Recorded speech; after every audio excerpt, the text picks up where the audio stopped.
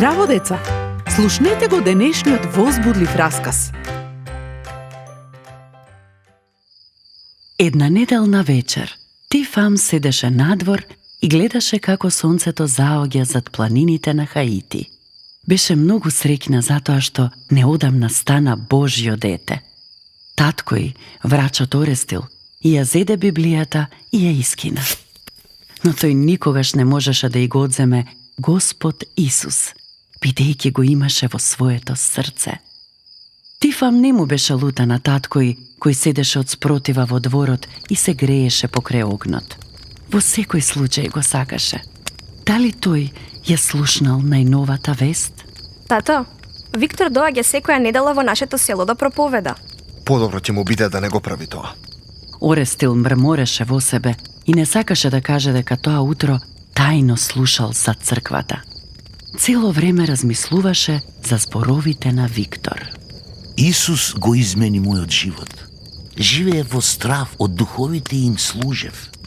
Но кога слушнав за Божјата љубов, поверував. Сега сум радосен и знам дека Исус е секогаш со мене. Никогаш нема да бидам сам. Орестил отиде во малата кукичка што ја изгради за духовите. Вие духови, покажете ми ја вашата моќ. Нека падне оган на оваа црква и нека ја изгори. Да ви помогнам ли да го направите тоа? Среде ноќ, Орестил носеше парче запалено дрво до црквата. Се смееше и го држеше огнот до сламениот покрив. Одеднаш, една рака му ја повлече раката. Врачот падна на земја. Виктор, од каде се појави ти? Исус ме испрати да разговарам со тебе. Тој те сака. Може ли се уште да ме сака? Им служев на духовите. Лажев. Сакав да те убијам и ќе ја запалев црквата. Дури ја искинав и Библијата на Тифам. Може ли се уште да ме сака? За секој твој грев, тој умре на крстот. Ќе ти прости. Многу ми е жал за тоа што го направив. Сакам мир и сакам да станам Божјо дете сега. Врачот беше сериозен. Ги изгоре сите своји магични нешта и почна нов живот. Секој кој го гледаше неговото блескаво лице се радуваше, но најмногу се радуваше Тифам. Исус е победникот на Хаити и тој е со нас.